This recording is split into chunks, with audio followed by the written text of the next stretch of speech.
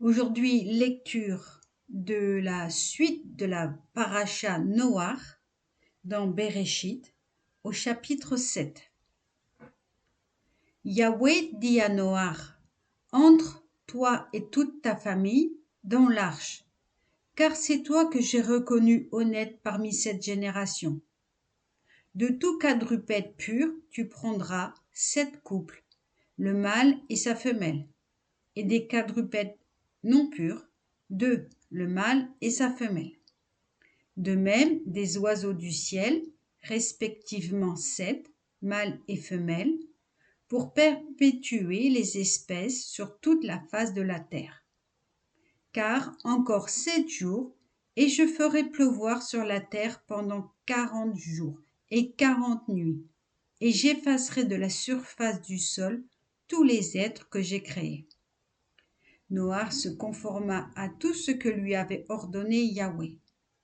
Or il était âgé de 600 ans lorsqu'arriva le déluge, ces eaux qui couvrirent la terre. Noach entra avec ses fils, sa femme et les épouses de ses fils dans l'arche, pour se garantir des eaux du déluge. Des quadrupèdes purs, de ceux qui ne le sont point, des oiseaux et de tout ce qui rampe sur le sol. 2 à 2, ils vinrent vers Noach dans l'arche, mâle et femelle, ainsi que Elohim l'avait prescrit à Noach. Au bout de 7 jours, les eaux du déluge étaient sur la terre.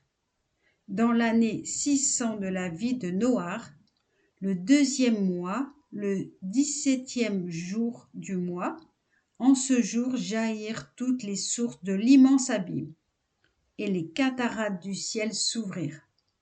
La pluie tomba sur la terre 40 jours et 40 nuits. Ce jour-là même, étant entrés dans l'arche, Noach, Shem, Ram, Japheth, fils de Noach, et avec eux la femme de Noach et les 3 femmes de ses fils.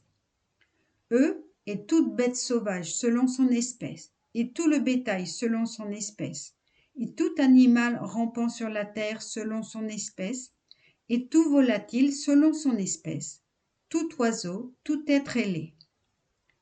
Ils vinrent vers Noach dans l'arche, 2 à 2, de toutes les espèces douées du souffle de vie.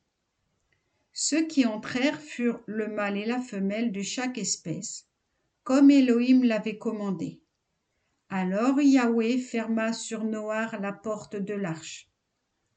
Le déluge ayant duré 40 jours sur la terre, les eaux devenues grosses soulevèrent l'arche, qui se trouva au-dessus de la terre.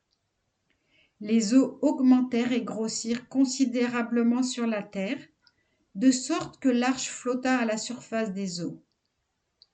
Puis les eaux redoublèrent d'intensité sur la terre, et les plus hautes montagnes qui sont sous le ciel furent submergées.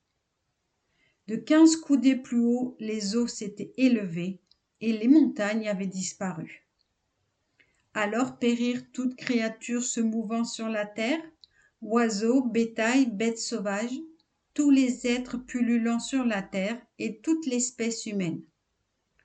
Tout ce qui était animé du souffle de la vie, tout ce qui peuplait le sol expira. Elohim effaça toutes les créatures qui étaient sur la face de la terre, depuis l'homme jusqu'à la brute, jusqu'aux reptiles, jusqu'à l'oiseau du ciel, et ils furent effacés de la terre. Il ne resta que Noach et ceux qui étaient avec lui dans l'arche. La crue des eaux sur la terre dura 150 jours. Amen.